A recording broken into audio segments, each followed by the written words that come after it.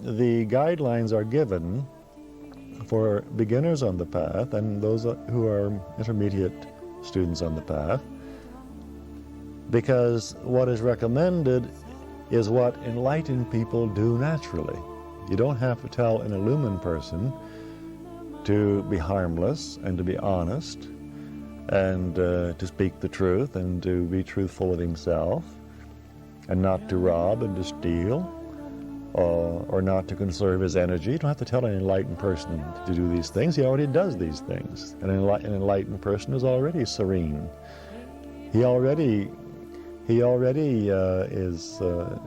sees to cleanliness, inside and outside, of body and the emotional nature and the mind.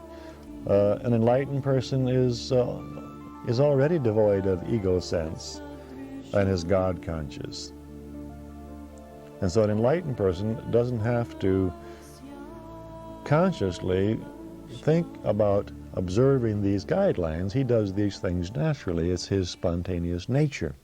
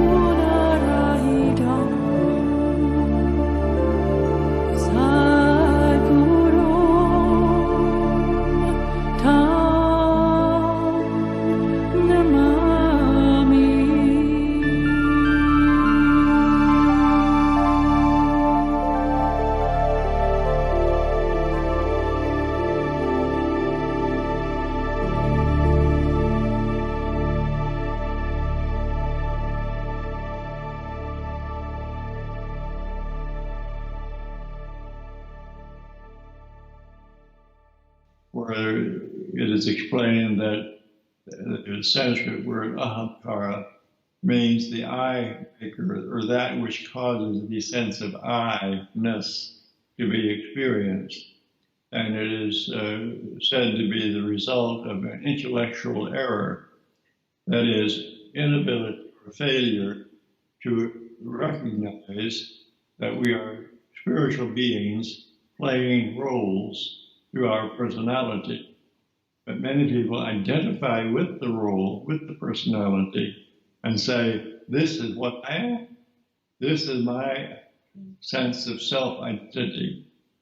And it's true, we have to have a personality and a sense of self-identity in order to function effectively in our world, in order to relate to others, and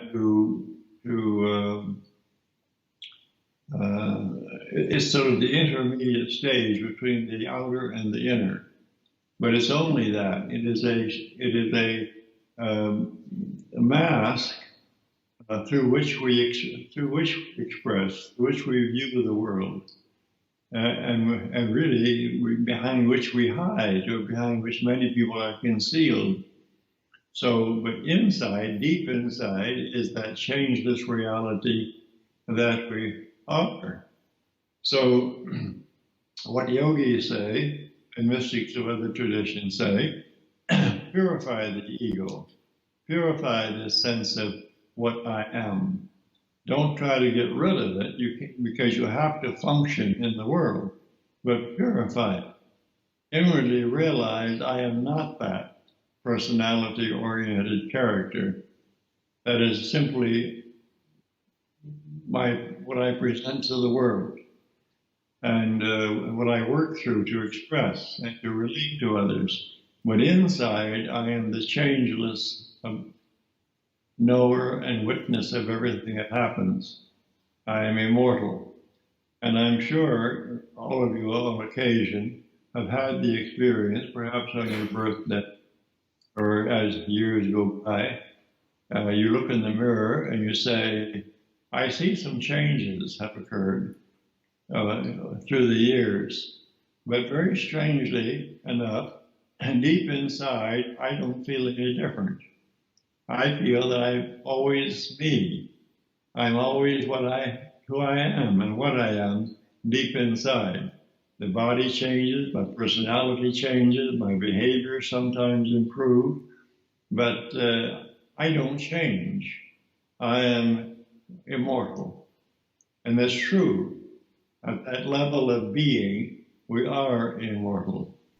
So some people have, they've said to me, they've written me letters or talked to me in person, and they've said, I'm so busy. I have two jobs, and I have a family, and I have a lot of responsibilities and a lot of bills to pay. I don't have much time to concentrate on spiritual matters. And I remind them that if your attitude is right, everything you do is spiritual practice. Interacting with others, doing your work, paying your bills, supporting your community and your country. Everything you do, if it's constructive, is spiritual work. Is spiritual practice. So looking at it that way, we're always engaged in effective spiritual practice. Everything we do then is of value and is beneficial, not only to others but to ourselves. So it's useful to think in terms of whatever we think and do being of benefit to other people and to all of the processes of life. Well, I see our time for today is just about concluded. And as always, it's been very enjoyable. I appreciate this opportunity to spend time with you in this way. And I think of you often. And when I radiate goodwill to everyone, I think about your region of the world, and I think about Sabiha and this group of devotees. So every day I want you to know that I care about you and think about you. So until next time, God bless and namaste. Thank you so much. Namaste.